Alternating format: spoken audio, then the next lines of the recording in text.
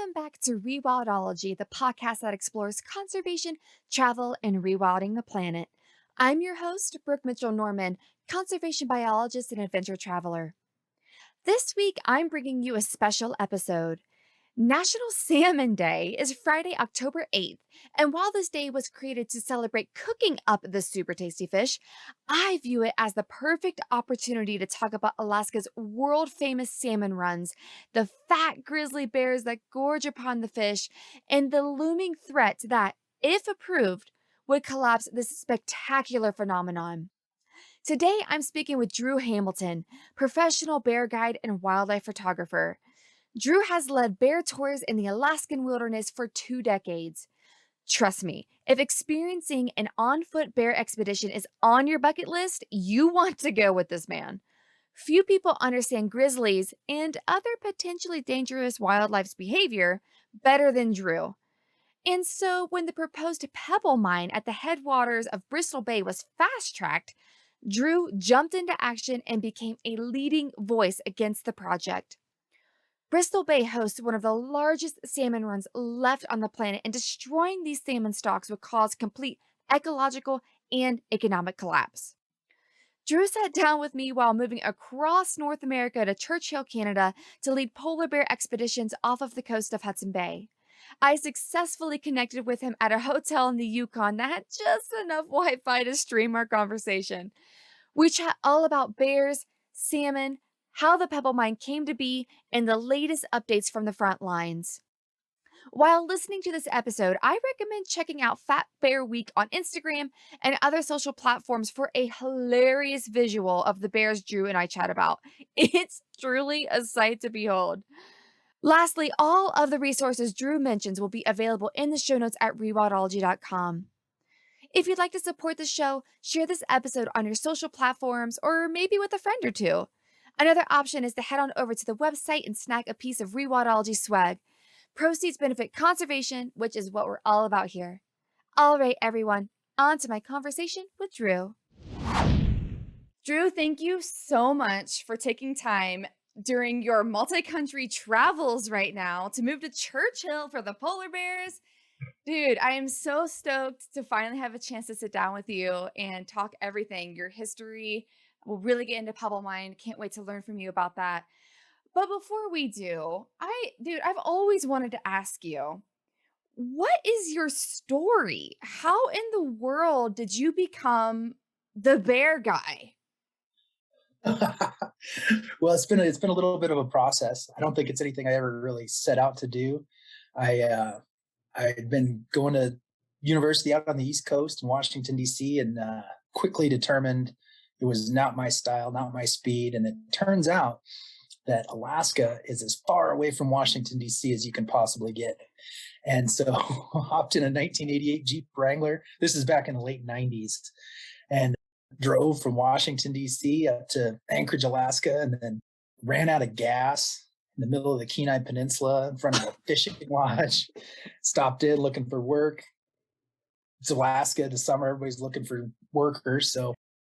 And in that process, they sent us out to a bear viewing camp. And that was kind of my first experience with bears and moving around bears. And there was an old homesteader that lived out there, and he'd been living out there since 1967. And he was the first person that opened my eyes to how you live, how you work around bears. And it's really no big deal. And people make a big deal about bears, but really, you leave them alone, they'll leave you alone. And then, I don't know, and then you kind of blink and 20 years go by, and suddenly you're talking to Brooke from a hotel room in the Yukon Territory. I don't even know how I got here. Well, let's explore that a little further. So did you grow up around Washington D.C.? Is that where you hail No, from? I grew up in Iowa, and part of Oh it said, shit! What part? well, I grew up in Iowa Falls, and Okay. then went to high school in Ames. I think a lot of maybe my subtle interest in bears, or I was subliminally predisposed to bears because growing up in the 80s in the Midwest, it was all Chicago Bears. It was the era of William Perry, Richard Dent, Walter Payton, Jim McMahon. I was a huge Bears fan from an early age, and I think maybe once that dynasty fell, I just kind of transferred it over to the actual brown bear species. And so it was an easy transition for me, frankly. One that makes a lot of sense, actually. It's like, let's actually support and love the real bears. It was just a matter of being in the north, and just when people ask to do stuff, you just say yes.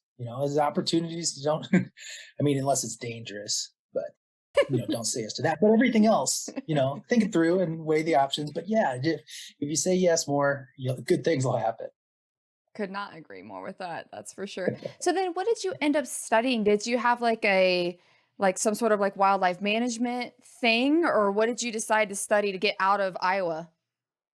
Well, so I actually studied recreation. It's a lot of risk management, logistics, things like that, how to put together programs with a focus on business.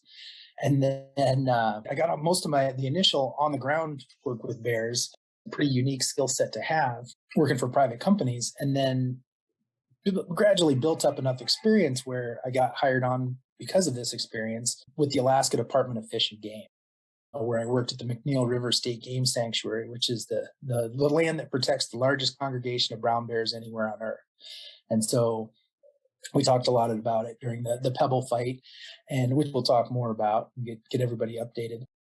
But that was just, a day at McNeil River is like a lifetime of watching bears somewhere else. The most bears I saw in the McNeil River in a quarter-mile stretch of river was 78.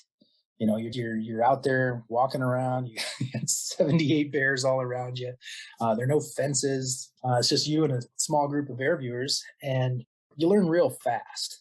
And it's interesting because you can see all these behaviors stacked on top of one another. So, you get 20, 30, 40, 50, however many bears you have, they're all doing something different. It's all going on right in front of you.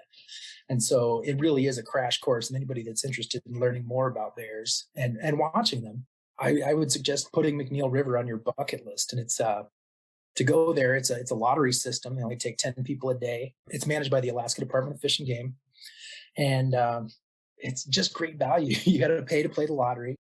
You give them your dates that you're looking for. They put it in they don't put it in a hat, draw it I out, mean, but do they? they've got the digital version of the hat that they draw the names out of, and then you can go spend 4 days camping out there with the bears, and it is wild. And then from there, I transitioned to starting with polar bears and doing more private bear tours in Alaska.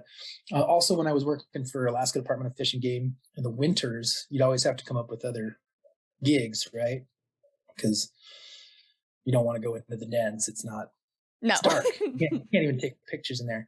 Maybe an iPhone 12 can do it. Maybe 13. The low light settings. They're great for bars, bear dens too, I guess. And then I would work in the winters in the commercial fisheries genetics lab doing DNA extractions on salmon. And I actually have the record, and nobody's going to break this record. I extracted DNA from 77,000 salmon in How the hell did you do that? one at a time. One at a time. So how do you take a DNA sample? Like what? Tweezers? Tweezers and scalpels and a lot of chemicals and stuff. It was monotonous, but we had a really great crew in there. It was the middle of a massive project that they were doing here in Alaska, back in Alaska, I'm in Canada now, called the Western Alaska Salmon Stock Identification Project. And basically what they were looking at was trying to establish baseline genetics for all of the salmon stocks in Western Alaska, which is huge. So it was a monumental undertaking. And so they had all these technicians in the lab working nonstop, cranking it down. It also became very cost efficient to do the genetics. That lab processed at the time, I don't know the current numbers, but they got it down to where it was about $1 a fish to process those samples because they were just so efficient with it. And then it was really important to have that baseline data because climate change, natural disasters, different things happening. You want to have that baseline data so that you know how things are changing, right? You meet all sorts of fascinating people. I don't know if you know a lot of geneticists, but they know how to party. They have a good time. Really enjoyed my time in the genetics lab. And I learned a lot. And it gave me a new appreciation for salmon because, as someone who's in the bear business, you think of them as their food, or as an Alaskan, you think of them as our food. And it really did provide a lot of insight into not just what they mean to me, but to what they mean to other populations in the state of Alaska. And, they mean something different to somebody in Anchorage versus somebody out in the village. Somebody on the Yukon River, somebody on the Kuskokwim, somebody way up north. They all have different relationships with salmon. And what kind of was amazing that in that diversity of people, that it all came back to salmon. Like it was the most important thing in all of Alaska. Sorry, my dogs just came. No, that's okay. A little Puppies cameo. can join too. Yeah, and so you know, there's just been a lot of talk about salmon lately because there have been some major run failings. Most prominent, I would say, would be the Yukon River chum run, which is the most important subsistence fish in Alaska for a lot of different communities. And then you compare that with what's been going on over in Bristol Bay with their just epic salmon runs. They had over 65 million fish come back this last summer. And, for people that don't live around salmon or eat a lot of salmon or fish for a lot of salmon or just salmon's not a part of your everyday life, it's hard to even comprehend what 65 million salmon is. Right, and they're not small fish. We're not talking about heron. We're not talking about these No, small. We're talking about salmon. no, we'll call them 5 pounds, pretty good size. But where I do most of my bear viewing, we're up at the spawning grounds. So we're at the very far reaches of Bristol Bay. It's this huge geographic area, and it's unique because it's the last. Runs like that used to exist all the way down to Northern California, and they've gradually been whittled away through habitat loss or overfishing or dams. Or when salmon disappear, it's not usually just one thing that does them in. It's kind of a death by 10,000 paper cuts scenario. Somebody cuts the riparian zone, or, there's bycatch out in the saltwater. There's, just different things, habitat degradation, all play into it. And then there are fewer fish, and then fewer fish. And then one morning you wake up and they're gone. Hmm. This sounds absolutely devastating.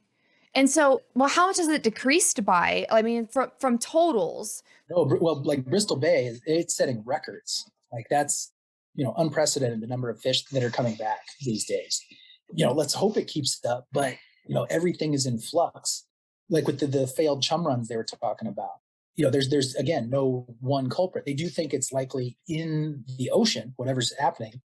We should talk a little bit about Pacific salmon's life history. We just start throwing around and assuming Yeah, people know. yeah. Let's discuss that. Like, how exactly does the salmon run even happen? Because we talk about that big event, but they have like 4 or 5 years at sea. Am I wrong? How many years at sea? Well, it's gonna vary. It's gonna vary species to species, and then even within a species, there are different age classes of fish that might return.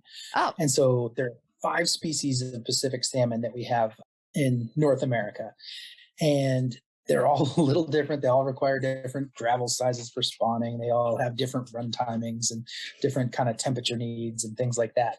And so they're born in the streams. They'll hatch in the streams.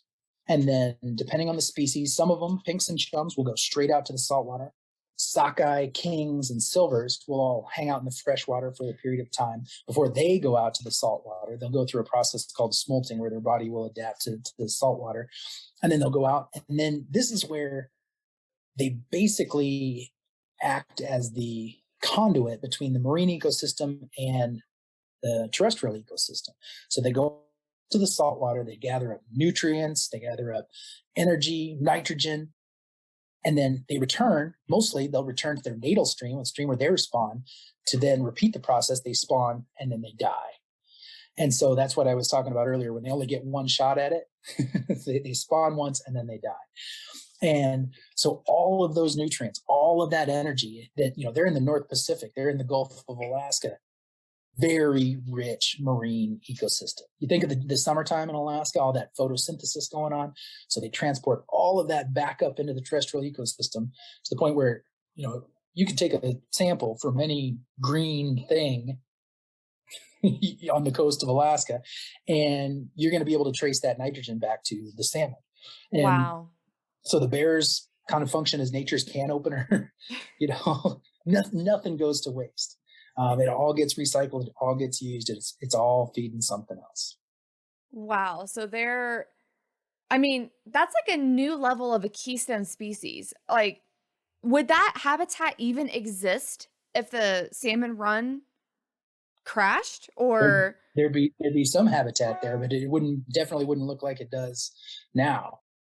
Just because it is so important for everything around it. Anything that comes in contact with salmon is impacted by them. Uh, it's really because they've been so reduced, and they're kind of in a lot of places they're just even a novelty now. Like you can go down to the locks and watch them swim through the fish ladders and things like that. But when you go to places like rural Alaska, where it's a lifestyle, like people depend on that for subsistence, for cultural identity. It's hard for a lot of people to comprehend the importance of salmon. mm, wow. Yeah, because we think about it, you have your salmon fillet at a restaurant maybe when they're in season, or something like that. But to think about something that's that important, where not only is it bears, but it's also people too. And I think that sometimes we lose that, or we just don't fully understand that there are communities that completely rely on this just as much as the wildlife.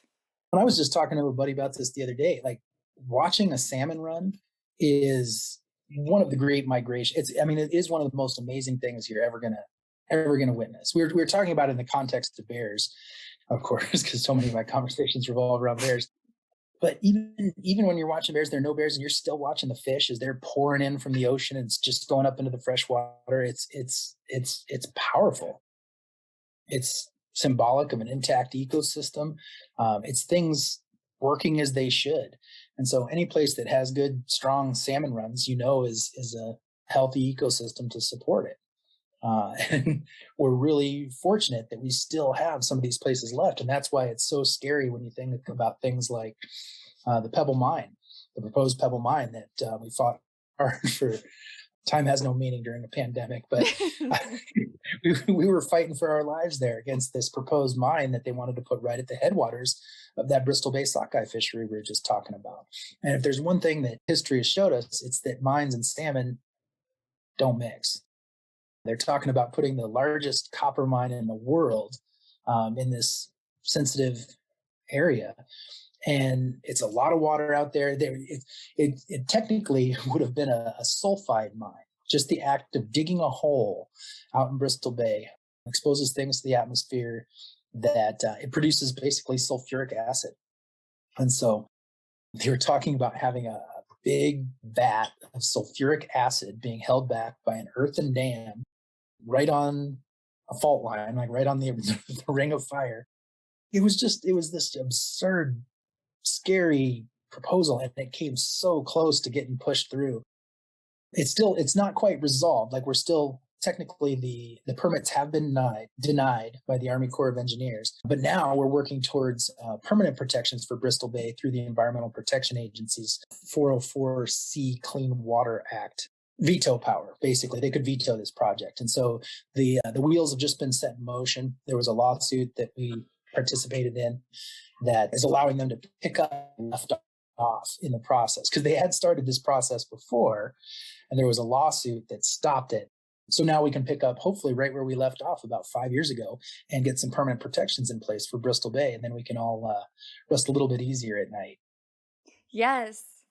Yes, thanks so much for that update, because I remember seeing that recently, and just all of us that have been watching this fight now, and you being one of the big advocates against it, very vocal. And so all of us are so grateful for everything that you've done and you're advocating for sure. But for those who like, because this is a very international audience that might not have context of what exactly this is, how exactly did the Pebble Mine conversation even happen? Because from what I understood, in a previous administration, it was like, we're good. This will never be touched again. But somehow the conversation was open again and bidders were allowed to come in. and this project was going to move forward. So could you go into that? How did this even happen? Well, the fight goes back decades actually at this point. When they discovered this deposit, this huge but relatively low grade ore deposit out in western Alaska. And we're Alaskans, we're in the extraction business, we're in the oil business. We wouldn't be where we are without mega projects. And so a lot of people were touting this as the next big mega project to fill the state coffers and provide jobs and things like that. And so it was going. People were pretty gung ho about it for a little while there until they started to say things like, "Well, what does this mean for the fishery?" Because the Bristol Bay fishery generates billions of dollars a year, 14,000 jobs a year. So are you really just trading this unsustainable mining for? Are you swapping out your fishing jobs, your sustainable fishing jobs, and your subsistence? And so that really turned a lot of people against Pebble. The majority of Alaskans are opposed to this project for basically those reasons. And those that were supporting it say, "Oh, mega projects are always good," but nobody was really asking, "Well, why is this good? Like, what is? Yeah, it would mean this, this, and this for X amount of time, but we've got this salmon run that, if we take care of it, could go on forever and ever and ever." And so, Alaska's a red leaning state, a very red leaning state. And, this coalition produced some very interesting bedfellows, if you will. And so, I sat through so many hours of public testimony and things like that. You get, crusty sourdough stand up. Like, "I've lived in Alaska for X number of years. I'm not opposed to mining, but I'm opposed to this mine. Here's why." It was opposed by our very powerful senator at the time, Ted Stevens, who since passed away. Is the wrong mine in the wrong place was his kind of famous quote. And so it's always had kind of this broad coalition of opposition. And I really think that the reason it got so far is just there was a couple of people in the Pebble Project who were very politically connected and had done a lot of time in the system and knew how to work the system. And their benefits and their structures were not based on getting shovels in the dirt. It was based on how far they could get it along the permit process. And so they could go ask for more money from investors and things like that. They were getting rich just off the process. So like it was scary that it was almost, I don't know, at times it felt like it was just a game to them when you're dealing with people's livelihoods and identities and things like that. So it was very, very scary there for a while. And then, so let's see, thinking back, at the end of the Obama administration, they had started this EPA veto process. And so it was going along. This thing was going to die. It was going to be permanently vetoed. Well, that administration ended, and then the next administration came in. And Scott Pruitt, I don't know if you remember that name, he got booted out eventually for scandalous behavior. He had a meeting with Pebble, and they said not only is the project back on, but it's fast tracked. And so they settled the lawsuit, just saying, "Okay, no, Pebble can go ahead. We're not gonna stop anything." So that started this war, basically. I'm just a lowly bear viewing guide. I never expected to sue the federal government or anything like that, but that's the turn it took. And it was a lot of public relations. We had COVID going on. We had, they were having all these public meetings for people to come out and testify, but it was during fishing season. They abbreviated the public comment periods. They changed their plan after everybody had already submitted their comments. Like, it was just super, super shady. And then it finally kind of came to a head, at least in a public relations standpoint, when we were building this broad-based coalition. We got Donald Trump Jr. and Jane Fonda to both tweet their opposition to Pebble Mine on the same day. No fucking way. I didn't know about that. Freaking Yeah, Donald same Trump day. Jr.? Donald Trump Jr. and Jane on the same day. Yeah, so it doesn't get much more broad-based coalition than that. And then through this whole thing, there have been a lot of organizations that have been fighting tooth and nail. We've got United Tribes of Bristol Bay. You've got Trout Unlimited. You've got Salmon State, you've got Cook Inlet Keeper, you've got World Wildlife Fund, you've got National Parks Conservation Association.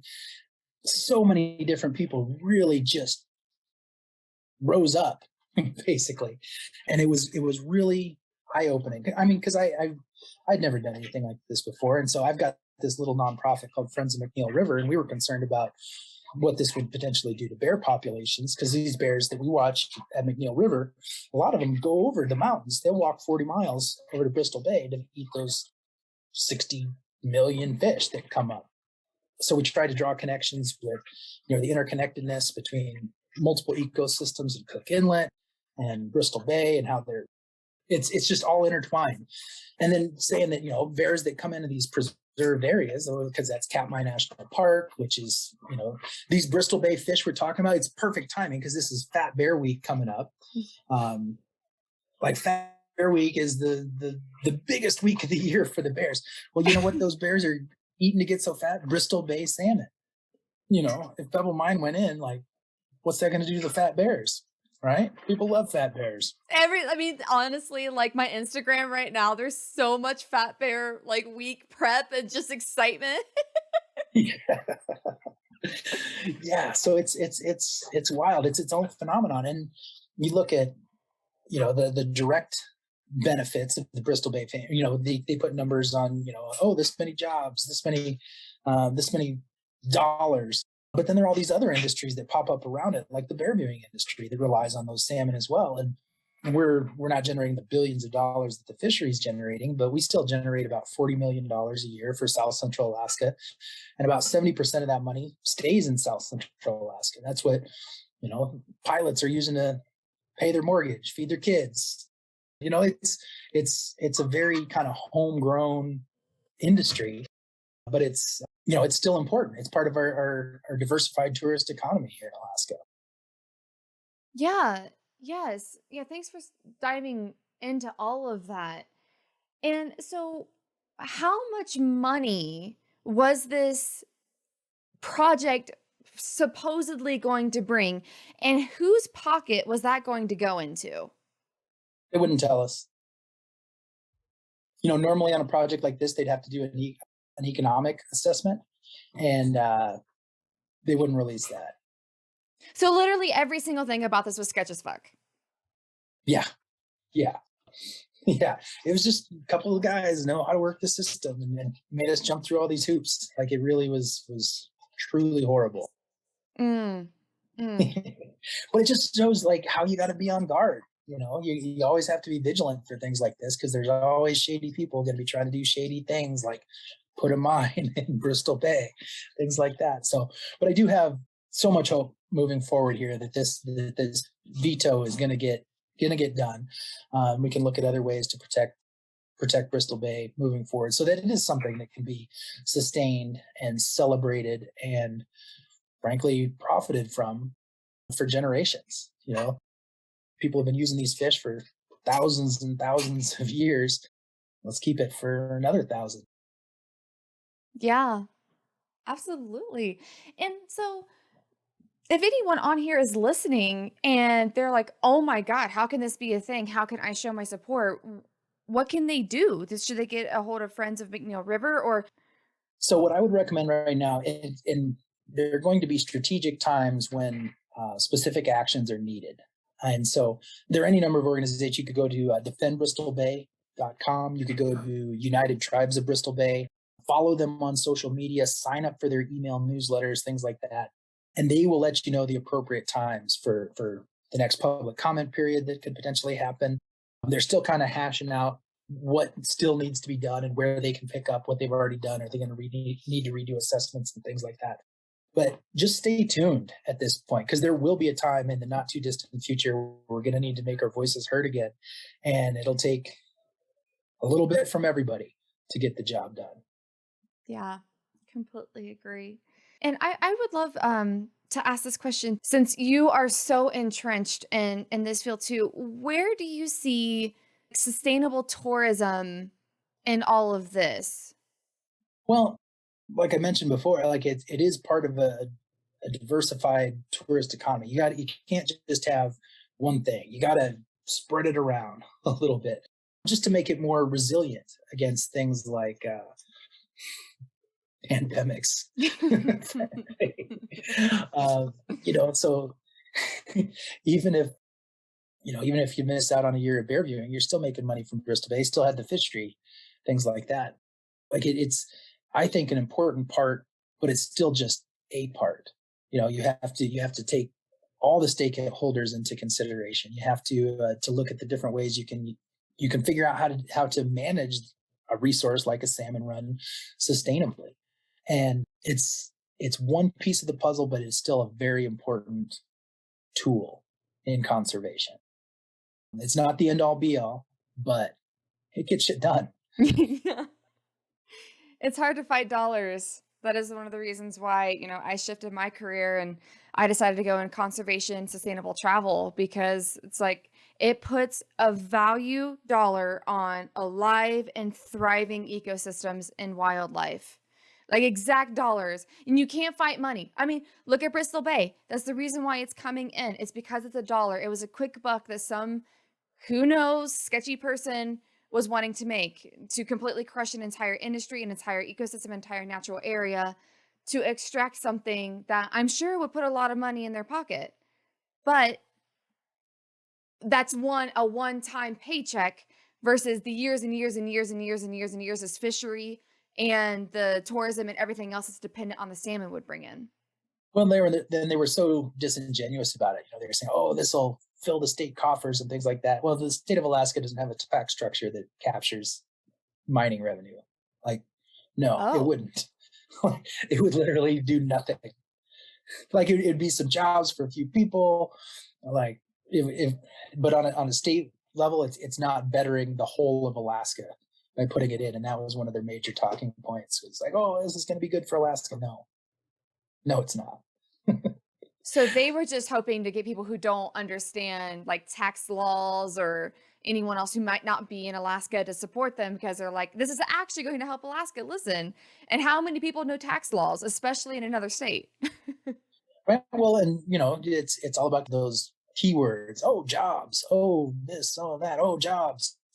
And I go back to one of our governors, Jay Hammond, who wrote a fantastic autobiography called The Bushrat Governor, and in that he's talking about a debate that came up while he was in office about jobs and how that we needed jobs and we're going to do this and it was going to cost this amount of money. And he said, no, stop what what is the cost of those jobs? You can't just create jobs for job's sake. You need to look at what are the opportunity costs associated with them. Like, like what's the point of putting in $50 million to create 10 jobs that pay nothing? Like, it just doesn't pencil out. You got to look at the benefits. You got to look at the costs. It's all part. It's a complex decision making matrix, and it's not always cut and dry. But in this case, thankfully, it was. This was just a bad idea from the start. Good. At least that's helpful. And to bring this back to you, because there's one thing that I really love about this podcast is really showing what it's like as us in this field to go through these things. What was it like for you to do this, to go through this, to sue the government? I mean, this must have been an emotional roller coaster that you experienced.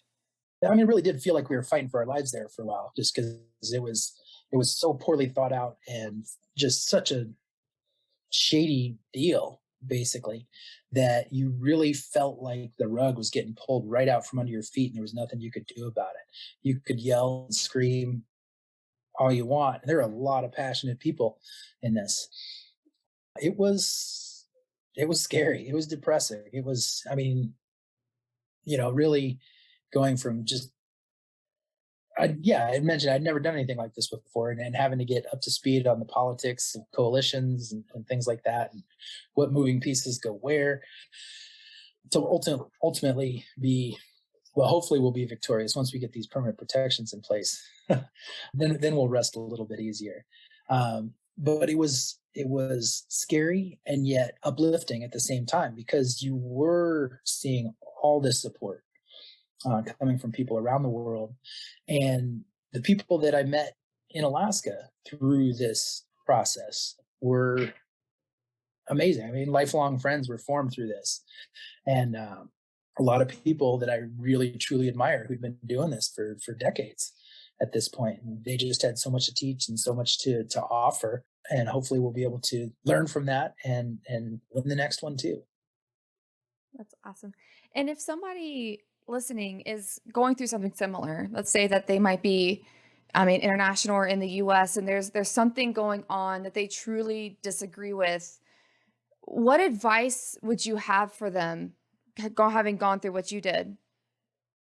Get lawyers. Get good lawyers. I mean, you can yell and scream all you want, but there are organizations out there that their whole mission is to provide legal support for people who might have a problem like I had, or like this hypothetical listener has. Find out who they are. Seek legal counsel. All the petitions in the world aren't going to stop at mine, but a good lawyer can. Damn, that's good. That's good. Sometimes you got to bring in the big guns. If they are, then you can. Right. And so as you're looking around for where to spend your philanthropic dollars, seek out like the one here in Alaska that I'm donating to now is Trustees for Alaska. They took us through this fight. So and I don't know what organizations are like that in your neck of the woods, but I bet they exist and they are incredibly important. Oh, that's great. That's great. So I'm giving a shout out to the lawyers. That's what this is become. Yeah. It's like, if it wasn't for you, y'all, we would still be fighting and crying in our beds. And this might be actually like breaking ground right now. Yeah. Yeah.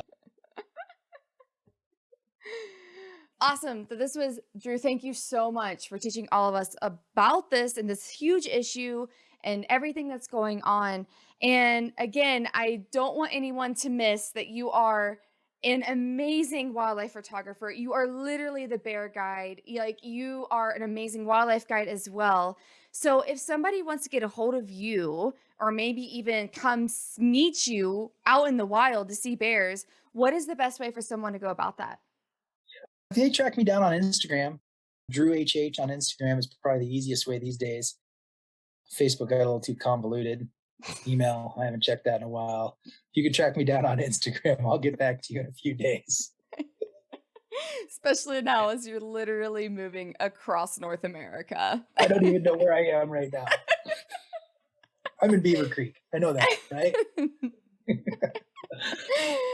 Awesome, Drew. Well, thank you so much for coming on. I cannot wait to teach everybody about salmon and how important vetoing this huge project is. Right on. Hey, and thanks so much for having me on. We've been talking about it for a while. So hopefully everybody can go out and eat some wild salmon tonight. Awesome. Thank you so much, Drew. Right on. Hey, thanks again for listening to this episode of Rewildology. If you like what you heard, hit that subscribe button to never miss a future episode. Do you have a cool environmental organization, travel story, or research that you'd like to share? Let me know at rewildology.com. Until next time, friends, together we will rewild the planet.